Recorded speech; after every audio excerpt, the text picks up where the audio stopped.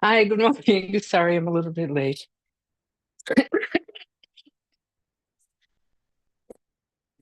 Pardon me. So, welcome to this morning's meditation. Um, hey, Tess and Lucy. Hi, nice to see you.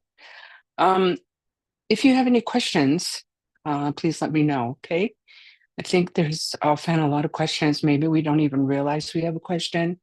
Um, and if you have a question, usually there's other people who have the same questions, so don't be embarrassed about it. The teachings are really vast and quite profound.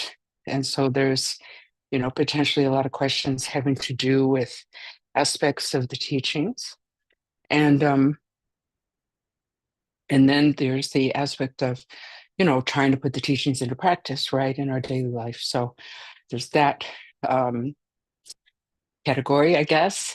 And then, hi, Alex.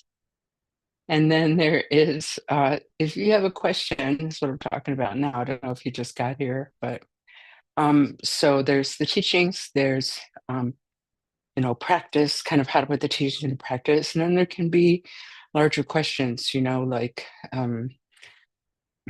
I don't know, things in the world, that we might wonder how a Buddhist might perceive that or handle that or explain that. So I'm going to give you a little bit of time to come up with a question if you have one. And if you don't, that's okay. I'll just talk about something else. That's not a big deal. So let's begin by just taking a moment to kind of just settle in and getting mind and body together. Usually we're quite scattered. To raise my hand on that one. So let's just settle in and kind of know where we are.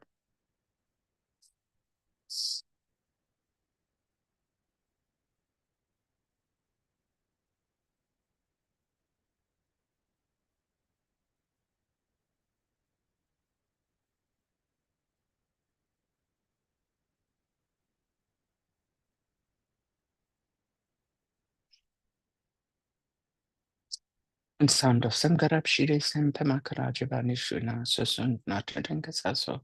Katana Manamaso Hade. Omi Chikin Kipojani, Dusum Sagi Pinding Mawani and Sanchukan Sunta Seba. So in a Mesha Plaso Hade.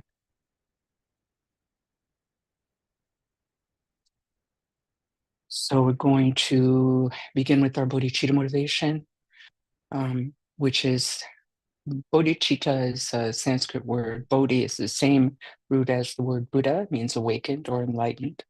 And citta means the mind and heart together. So um, I think it would mostly be translated as mind. But I make that distinction because in the East in general, I think they don't separate out like we do in the West, the mind and the heart, right? So in the West, we tend to think of, the mind as the intellect, the thoughts, and the heart as kind of the feelings. But they really are a unit, in ways that we might not normally think about. So in any case, enlightened mind heart is the uh, etymology of the word, but the definition is the wish to attain enlightenment for the benefit of all beings. So, whatever we do on this path, we really try to do with that motivation so that we can ultimately benefit others. Even though we're working on ourselves and it might seem kind of like navel casing, uh, it really is meant to be for others. We're developing the qualities necessary to help others. So, patience, wisdom, compassion, and so forth. So, bodhicitta arises from compassion, but it's much more than compassion. It's compassion mixed with the wisdom that understands the cause of suffering, which is a fundamental ignorance about the nature of reality itself. So when we see the vast amount of suffering in this world, and hold on one second, please. And pardon me. And we see the vast amount of suffering in this world, and unfortunately, we don't have to look far, right? Just have to look at the news. And it's heartbreaking, and that heartbreak is compassion, wishing that beings could be free of suffering. But that compassion alone is not enough. If we're gonna remove suffering once and for all, which is enlightenment, which is what happens when one attains enlightenment, then we need to eradicate the cause. So, without doing that, the problem just persists. And I'll give you an example. So, I have this rolling table that my computer's sitting on right now, and I had to kind of, what did they say in French? Say, bricolage. I had to sort of cobble something together so it came farther out, so it was more comfortable for me. And at some point it's on wheels, and at some point I was pushing it and it fell over. So the table's like this, right? And it fell over this way. And from that point, the one half of it was lopsided.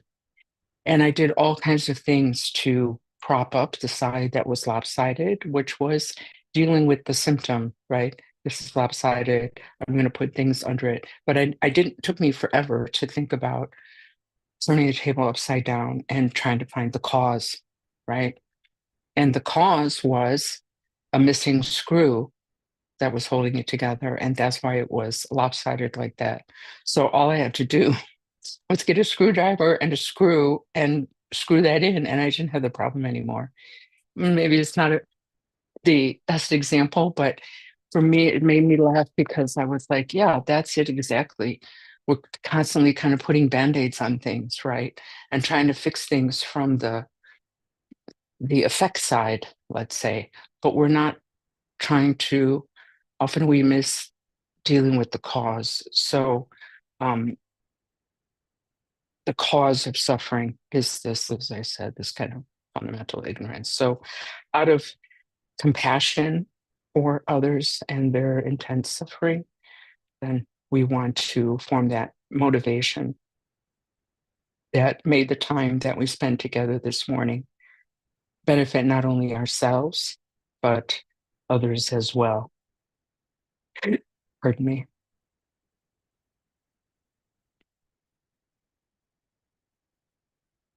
So, do you have, thanks, Tess.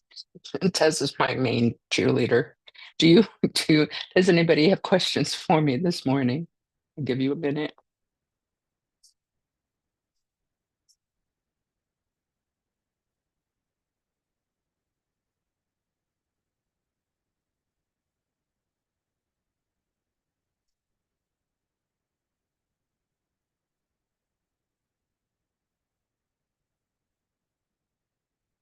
I'm not seeing any questions. Okay.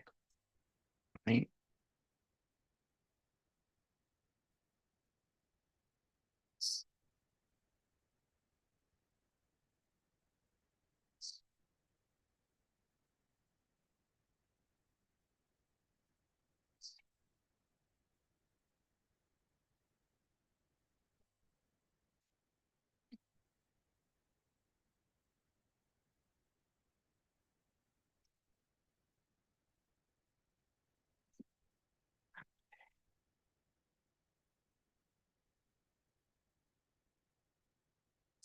Remind me of changing a perspective, look on the other side of things, and the value of cheerleaders.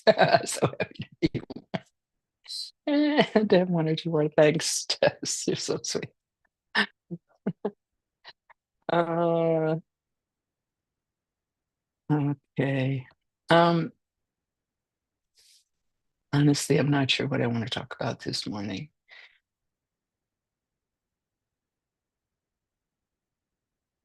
No questions. Just new to meditation, looking for guidance. Okay.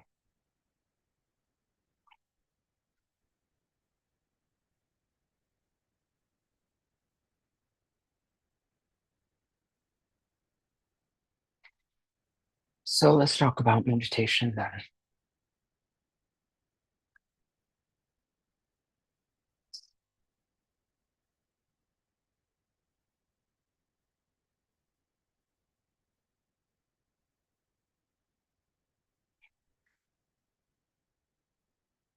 So meditation is essential to this path. Without meditation, there is no progress. And it is because the mind is the root of uh, all of, our speech and our um, actions, right? So we have body, speech, and mind. Um, and uh, mind is the boss, so to speak, of our, as I said, our actions and our speech. We can only do so much by trying to squeeze ourselves or force ourselves into a particular type of behavior, right? So let's say that we have an issue with anger, okay? And but we don't want to be angry, and maybe we're in a sort of spiritual path that says being angry is not good.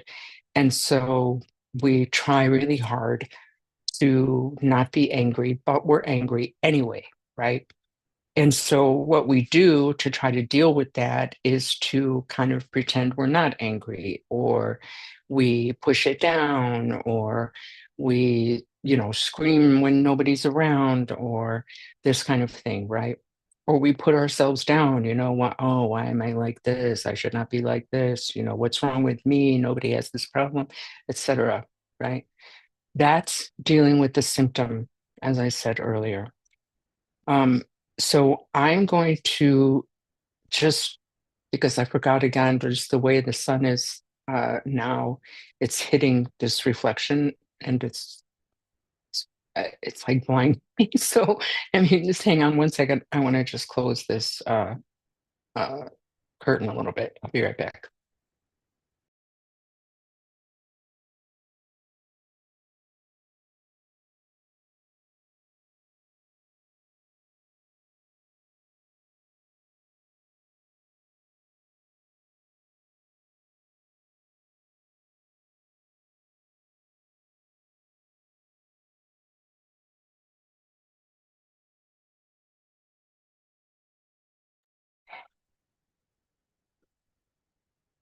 Okay, that's better. So, um, it's good if we do that. We don't want to just lash out at everyone, right? We want to be decent human beings. At the same time, it's a very weak approach to this issue because, again, we're not dealing with the cause. We're not dealing with the mind. Yeah. So, the only way really to deal with the mind in any deep sense, in any strong sense, is through meditation. Just to be introduced to the idea, let's keep on the subject of anger, that it's not good to express anger to others because it hurts them. That's a fine idea, it's a good idea, and it's correct, right? But it's not going to change us just by hearing that idea. Okay. And this was like, this aspect is one of the main things that got me into the Buddhist path to begin with, because I was raised Catholic, and I had a lot of respect and still have a lot of respect for the teachings of Jesus, which is different than most organized religions. But and what did Jesus teach, right? One of the main things was love your neighbor as yourself, love thine enemy, as they say, right? So I wanted to do that, but I couldn't. Had a lot of anger. So once I did a retreat in Thailand, and then they started talking about this kind of stuff and how meditation is really helpful in working with the mind and so forth, and I could see that there was a method to like get where I wanted to go as far as my own being, my own mind, my own moral values, really. And that method, a large part of that method is meditation. So, what happens when we meditate? We begin with mindfulness of breathing practice, which is what we're going to do today. But there are a lot of different types of meditation. Okay. Um, we always start with mindfulness of breathing because it is the simplest, it's the foundation for all the other meditations that we do.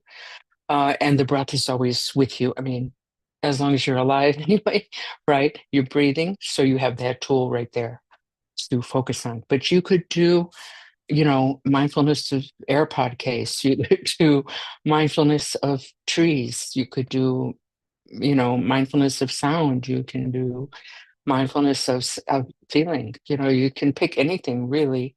But we use the breath in the beginning anyway.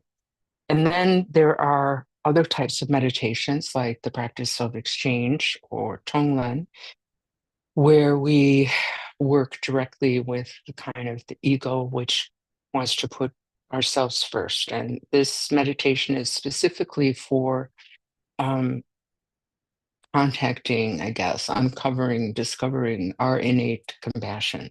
Okay. Then there's analytical meditations where we might contemplate something like impermanence or compassion or love or what have you. Yeah. And then there are other meditations as one goes along the path that um, deal with visualizations and mantra recitation and things like that, which are working kind of on the deeper levels of our being. So there are a lot of forms of meditation. Okay.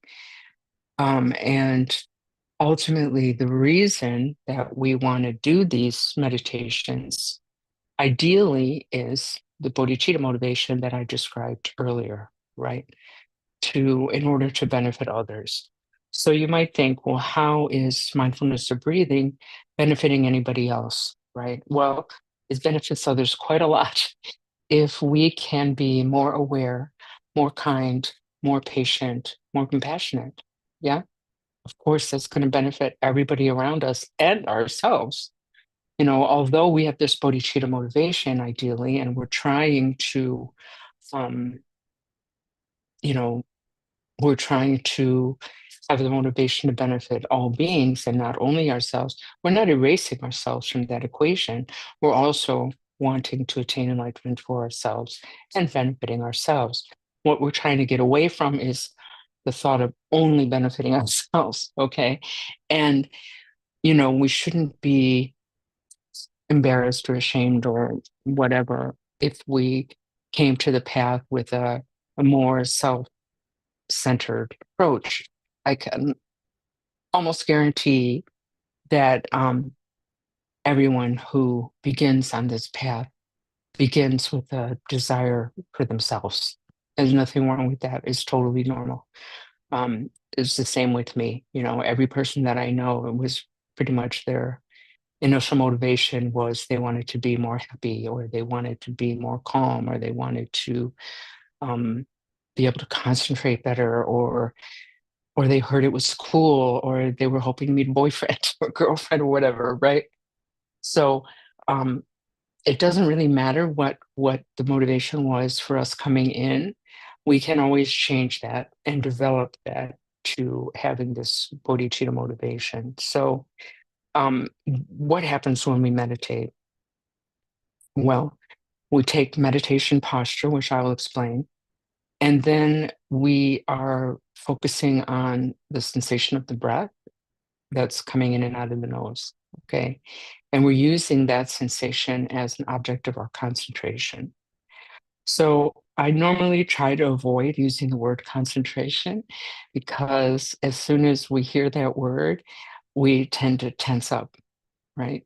Concentration is like that. Yeah. And we don't want that. We want, uh, uh, we want the, um, uh, uh, we don't want to be tense. We want to, um, that's why I usually say relaxed awareness. We want to be aware of that sensation and then allow the thoughts to come and go as they will.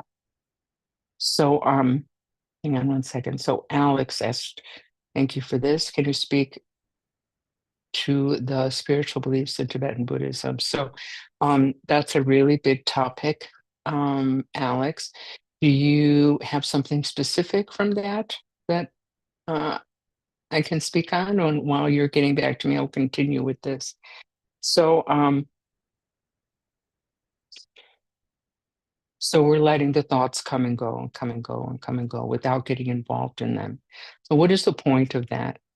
Point of that is to, well, there's several points to it, right? We want to get the mind used to. So the Tibetan word for meditation is gom, G-O-M. And gom means to become familiar with, to get used to. Okay.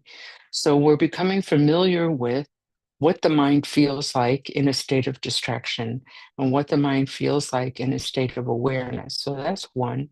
And two, we're becoming familiar with, or we're practicing the skill of bringing our mind from distraction into awareness. Okay. And the more we do that, better we get at being aware all the time and being mindful all the time. Yeah. Normally, we're living our lives kind of in the clouds.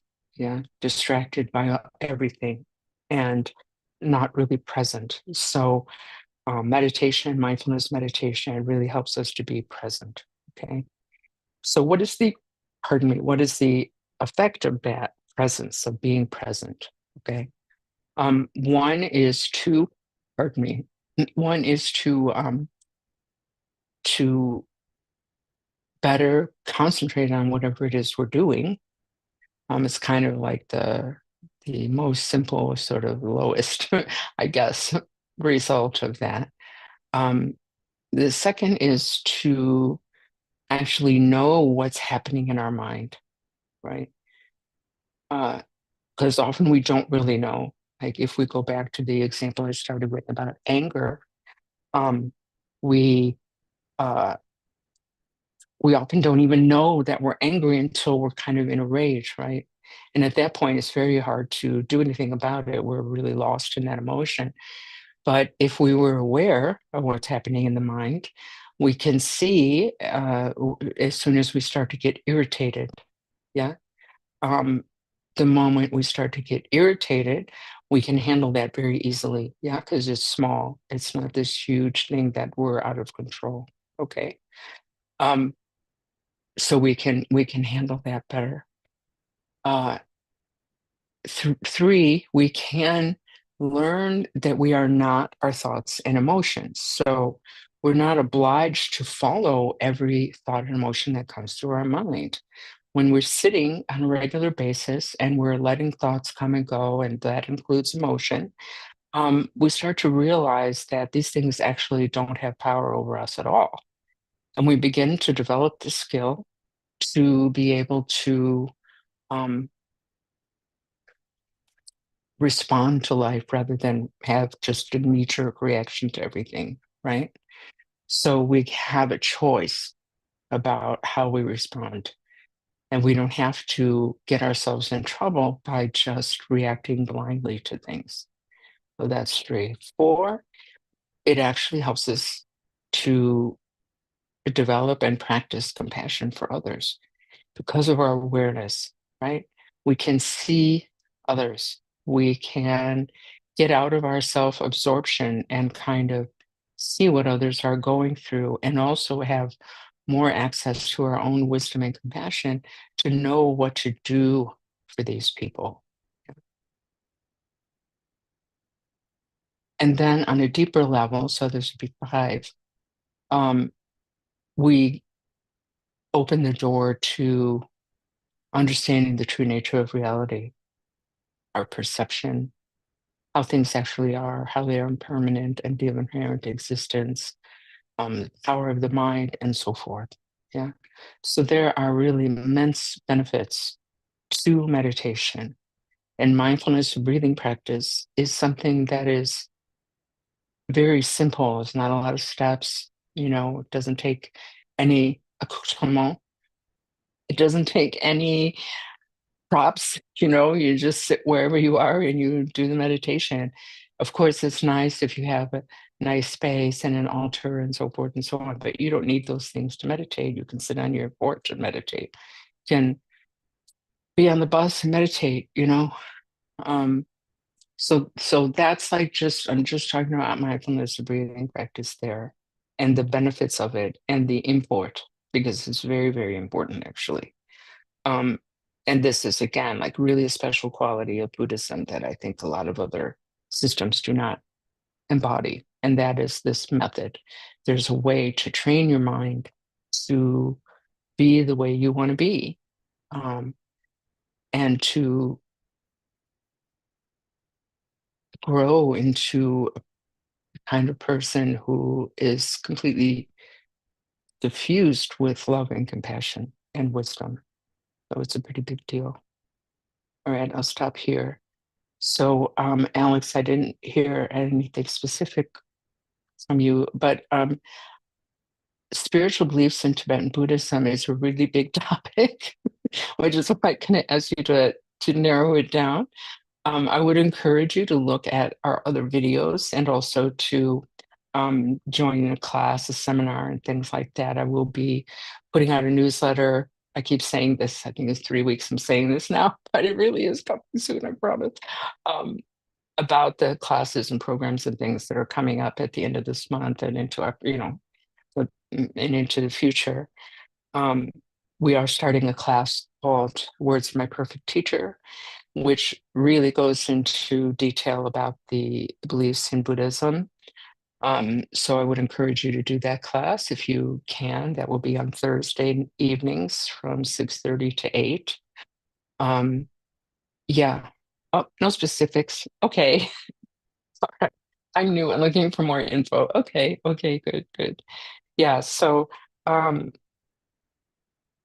yeah, that there's a lot of different beliefs that is, like I said, we're about to go into meditation, so I don't really have time for that, but you might be aware of some of them, like meditation is a really important one.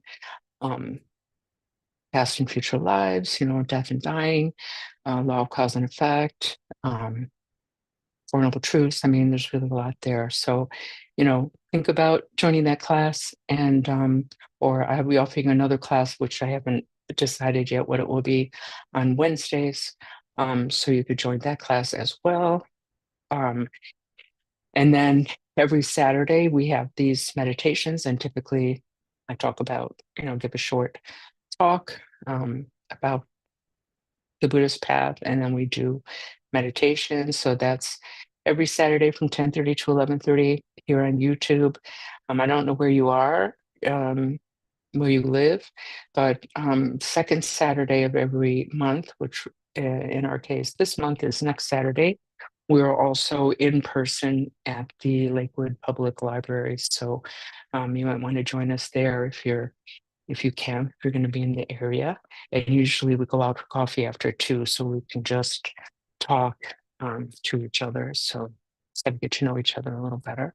So if you'd like to join us for that, you're also welcome to do that. Okay. Right.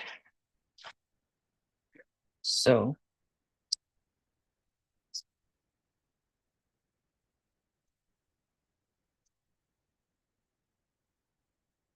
I'm going to begin with the mindfulness breathing practice.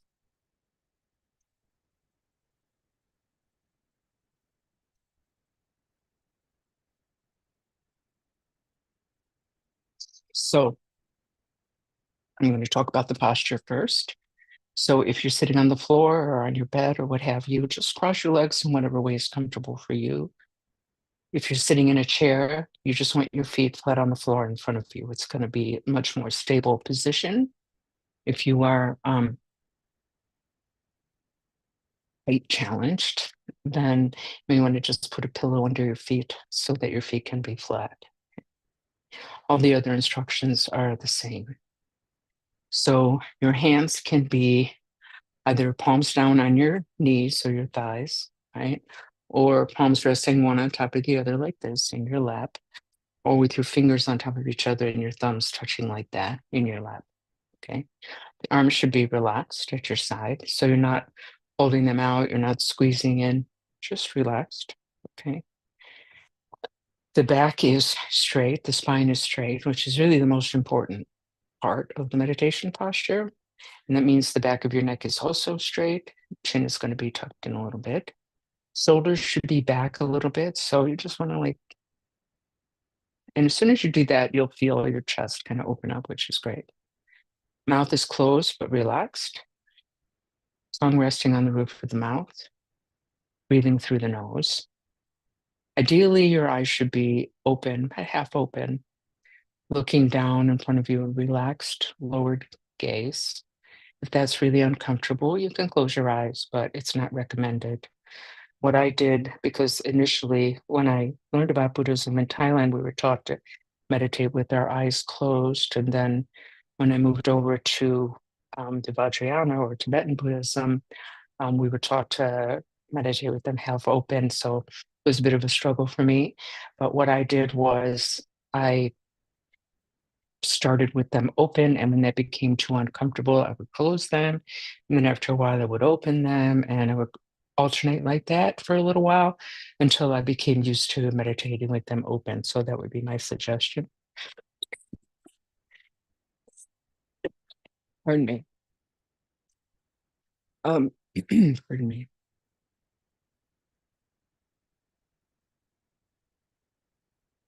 So that's the posture, and the posture is the way it is because it supports the mind in meditation. Okay? There's a recognition of the mind-body relationship. Okay. So then we want to pay attention to the sensation of the breath coming in and out of the nose. So that's sort of at the end of the nose, right? So take a moment to just become aware of that sensation, and then I'll continue.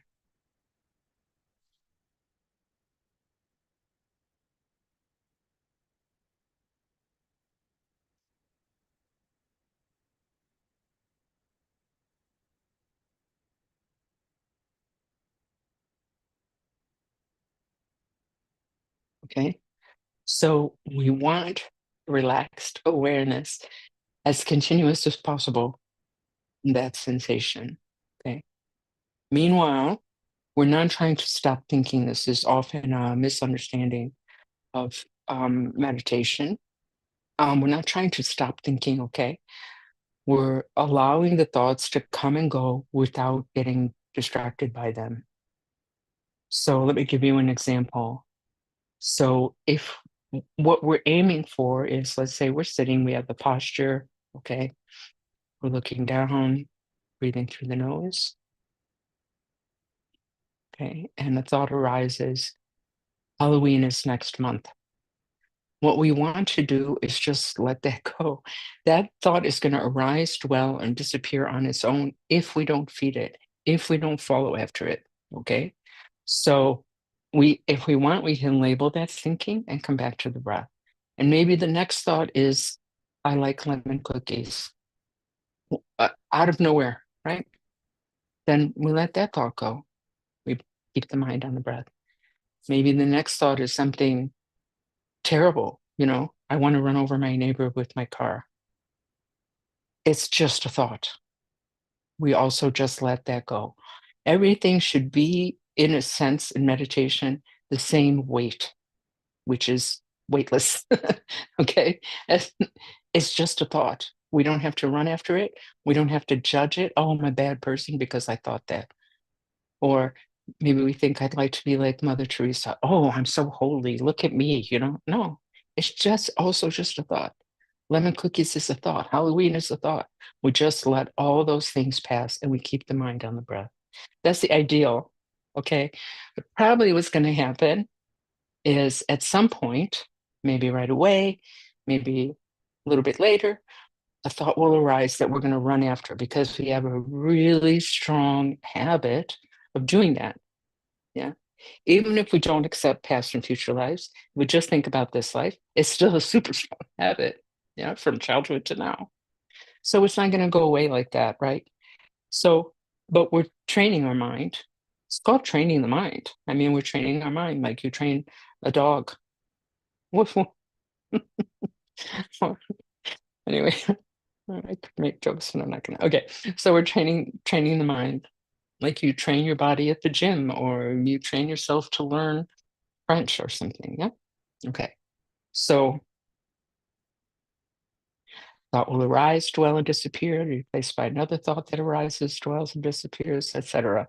This is the ideal, and we're continuing to keep this continuous, relaxed awareness of the sensation of the breath. That's the focus of our meditation, focus of our concentration. What we want to avoid is what's going to happen is going to happen. Okay. Where we start to run after a thought. So, same scenario, we're sitting, focusing on our breath, and this thought arises, oh, Halloween is next month. And we're off to the races, right? Oh, Halloween is next month. Am I going to pass out candy? Should I pass out candy? Oh, I remember when I was 5, I was dressed as a clown. Oh my goodness. Oh, my mother used to make the costumes. How did she find the time? Oh, my poor mother. Oh, I am another, right? And then 20 minutes goes by and we're just like in La La Land somewhere. And then the bell rings or the meditation teacher says, hey, it's over now. We're like, oh my gosh, I spent the whole time distracted. That's fine. That's fine. That is totally to be expected. Okay. We saw that we're distracted.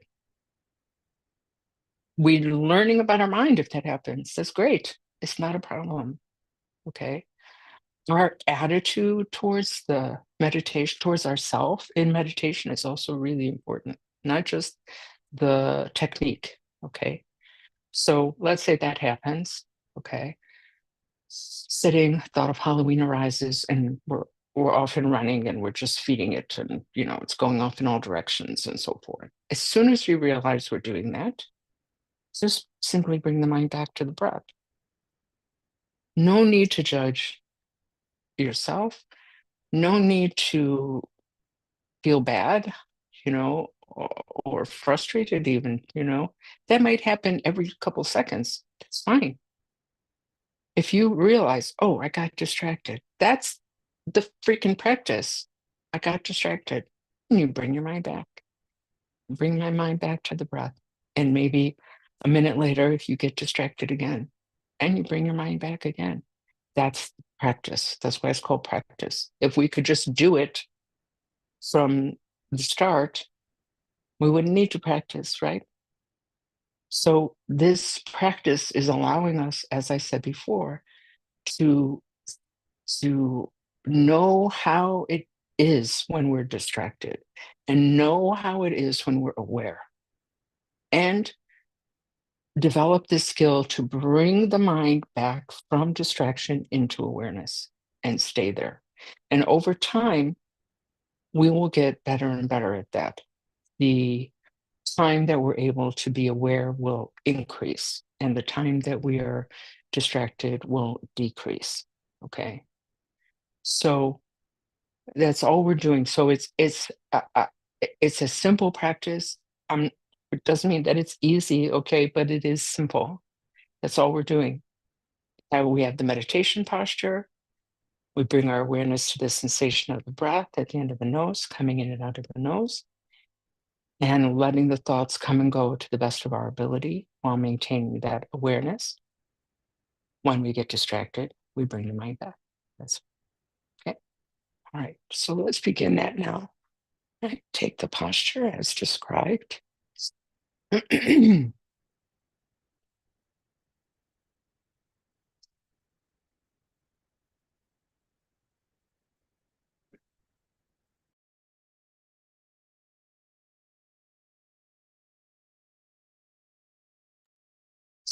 Bring your awareness to the sensation of the breath coming in and out of the nose.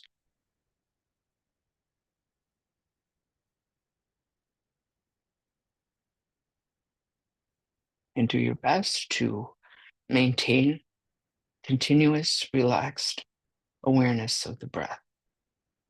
Please begin now.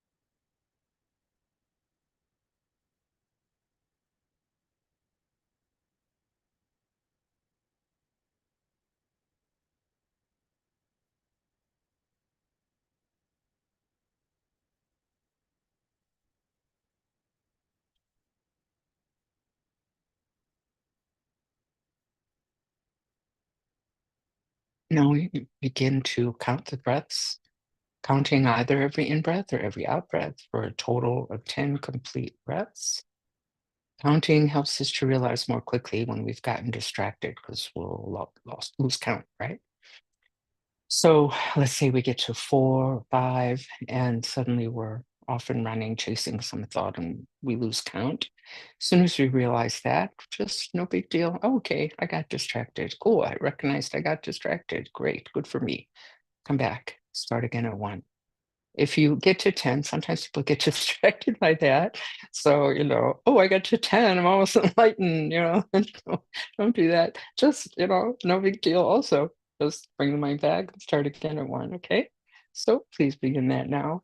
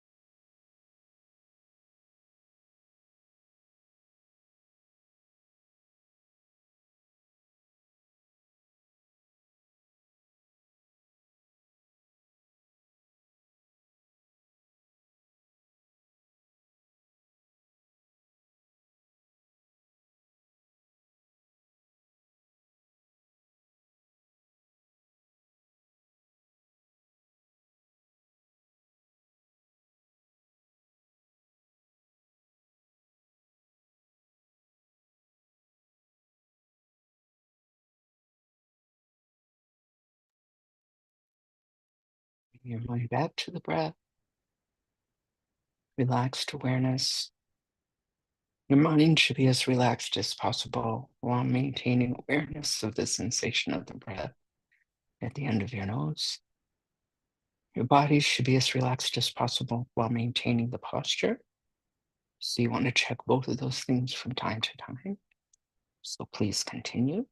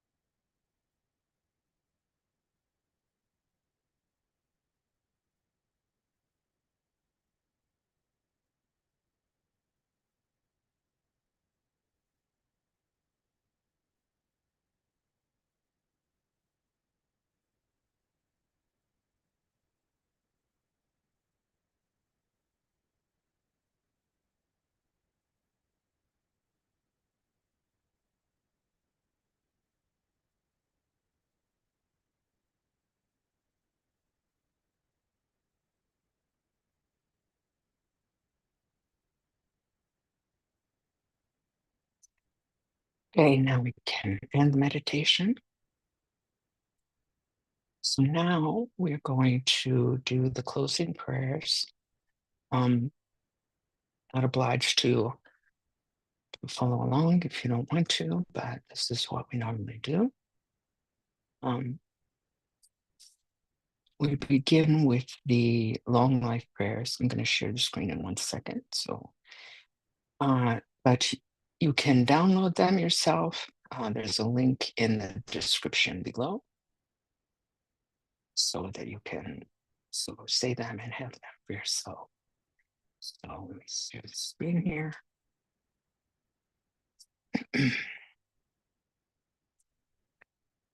Okay, so these are the long life prayers for our precious teachers, beginning with the Dalai Lama. Then underneath that, Jigme Khyentse Rinpoche, who's one of our main teachers, and Palmo Rybicki, who is the other of our main teachers. And then for the long life of the teachers in general. Normally we do these in Tibetan, but let's just do them in English today. In the celestial realm, encircled by snow peaks, you are the source of happiness and benefit. Tenzin Gyatso Avalokiteshvara himself, may lotus feet remain firm for 100 eons. Om Swasti, in the vast expanse of your fearless wisdom, shine the 100,000 cooling light rays of your all-pervading great love, dispelling the anguish of beings in this degenerate age. O supreme jewel of space, region of Buddhas and Bodhisattvas, remain with us continuously, we pray. Om Swasti, through dependent causation and the blessings of the infinity of long life deities, may Pema Wangyal, prophesied magical emanation of the Talcon Satchel, be firm in body, speech, and mind like the king of the sounding drum, Amitabha, and may the great waves of his wishes for the teachings and beings spread out to their ultimate extent. We pray for the good health of the lamas. We pray for the precious lives to be long. We pray for their activities to spread and increase. May we be blessed, never depart from them. Then we do the dedication of merit. And this one we'll do once in English and once in Tibetan. Let me explain it for a second though. So merit is like positive karma that we develop by doing virtuous activities or positive acts. And of course, learning about studying and practicing the Dharma is very meritorious. So we're, instead of just keeping this for ourselves, we're sharing it with all beings. Okay, so we're dedicating it to them. Omniscience here is a synonym for full enlightenment. So we're saying, may by this merit may all attain enlightenment. Okay. May to beat the enemy of wrongdoing is refers to the law of cause and effect. So our own wrongdoing really causes a lot of suffering for us. So that is our real enemy. From the stormy waves of birth, old age, sickness, and death. So these are considered the four main streams of suffering in the human realm anyway. At birth might seem like, why is that considered suffering? It's because it is really a lot of suffering for both the baby and the mother. You know, both, what they say in the teachings, that both of them enter the jaws of death during that time. It's a very dangerous thing, which I think people don't often realize. And it means, you know, we're also still in cyclic existence, so it is suffering from the ocean of cyclic existence. So cyclic existence here is the round of birth and death and birth and death and birth and death that we've all been on since beginningless time. And so we're trying to get free of that. It's called an ocean because it is vast and deep. May I free all beings. So that is, again, the bodhicitta motivation that we started with, we also end with. So we'll say this one once in English and once in Tibetan. Remaining three prayers we say just in English, and then we say the 100-syllable mantra after. By this merit, may all attain omniscience, may defeat the enemy, wrongdoing. From the stormy waves of birth, old age, sickness, and death, from the ocean of cyclic existence, may I free all beings. Sonandi tamche zipani, chomne ne pedranam pamche shing, kegana chimbanon trupai, stipe tsune joa joa sho. May bodhicitta, precious and sublime, rise with Ekati. Where it has arisen, may it never fail, but grow and flourish evermore and more. As long as space endures, as long as sentient beings remain, until then may I too remain and dispel the miseries of the world. Ever absorbed in the display of divine forms and primordial awareness, appearance, sound, and perception in the state of divinities, mantras, and dharmakaya, may I, inseparable from the practice of the profound and secret great yoga, attain within the essence of mind the state of one taste. Om Vajra Sattva Samaya Manupalaya Vajra Sattva Tenopa Tishta Drito Me Bhava Sutokayo Me Bhava Suvokayo Me Bhava Anurakto me bhava soa siddhi me prayatsa soa karma sutsa me sitam shriyam guru aha aha om bhagavan soa tata gata vajrama me mutsa padri bhava mahasamaya sattva avam.